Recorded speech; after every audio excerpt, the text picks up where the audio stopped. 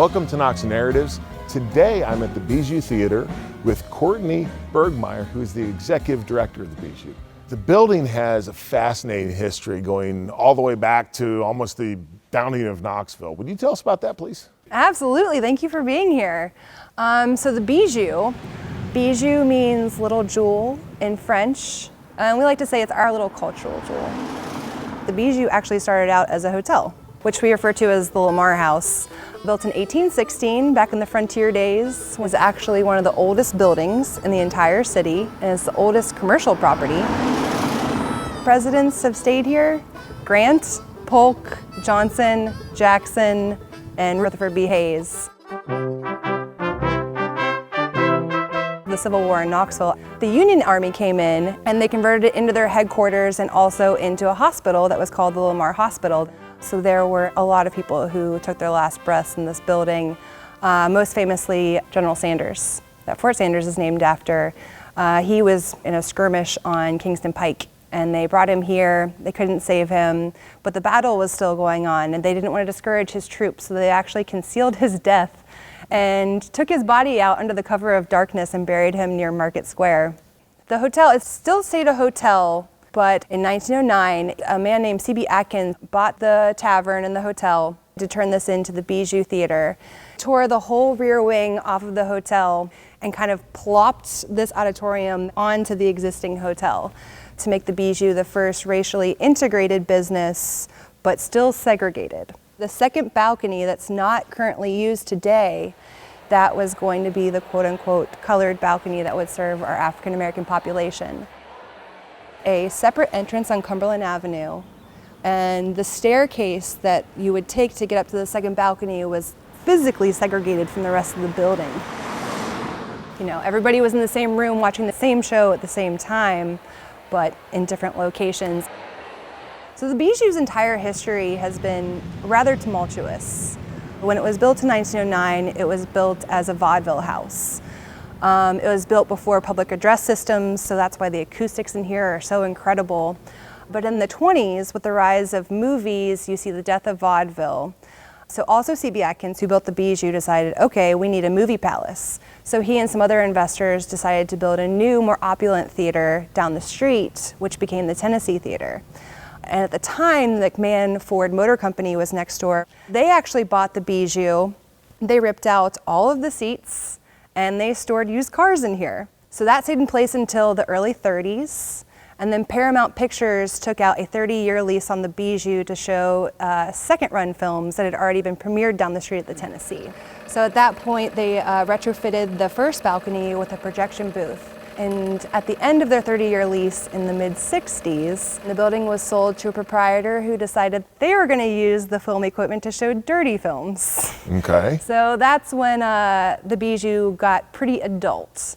The front part of the building and the upper floors were still operating as a hotel, so it became kind of a transient flop house, and the fourth floor was actually used as a brothel.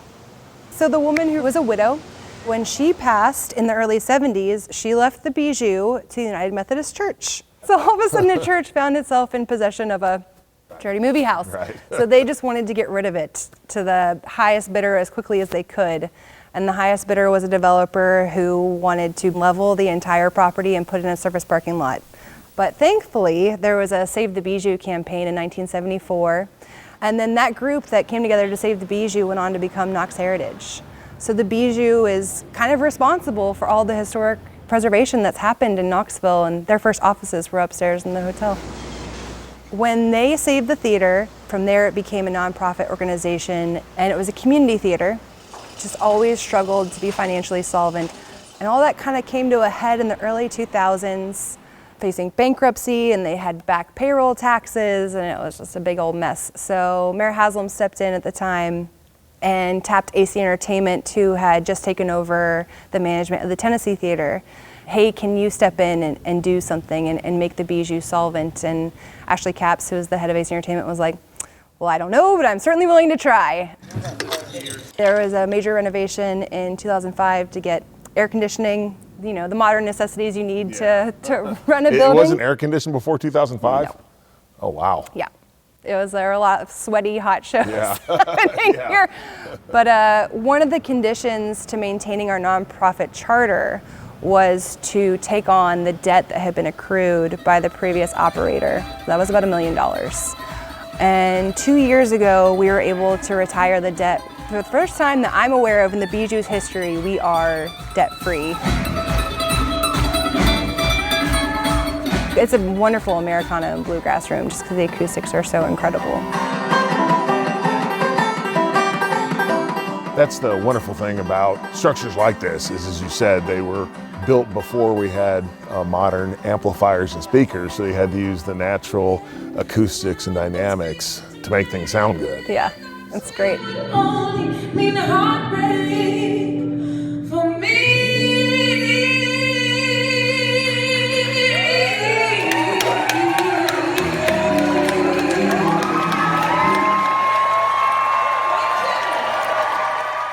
Around the country, other places have nice older theaters.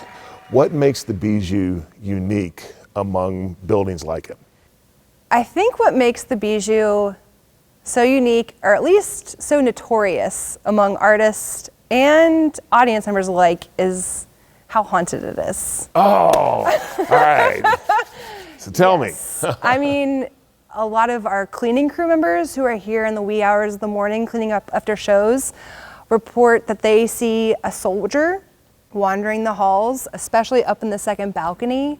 We've even had artists, Amos Lee asked, who's that guy up in the second balcony walking around? And we're like, there's nobody. And the building is like, oh no, I just saw somebody. Almost anybody who has spent a significant amount of time in this theater will tell you that if you don't hear something, if you don't see something, you feel something. I mean, there's just an energy, there's a spirit in this building that is undeniable. Shifting gears, and let's talk about the pandemic. It had a massive impact. How did you all respond to that? Very quickly learned how to operate cameras and learned how to stream concerts.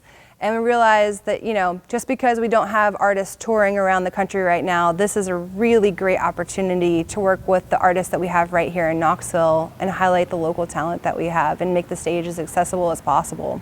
And then our hope is that we'll just keep stretching our in-person capacity little by little. Eventually we'll get back to our full 750 capacity. As of today, we have lost 97% of our earned revenue over the last year in comparison to years previous. How can folks support the Bijou Theatre? So we have a lot of fun ways that you can still help the theater in our time of darkness. So we've got our infamous Rent the Marquee campaign, which has really ended up being a bright spot for us.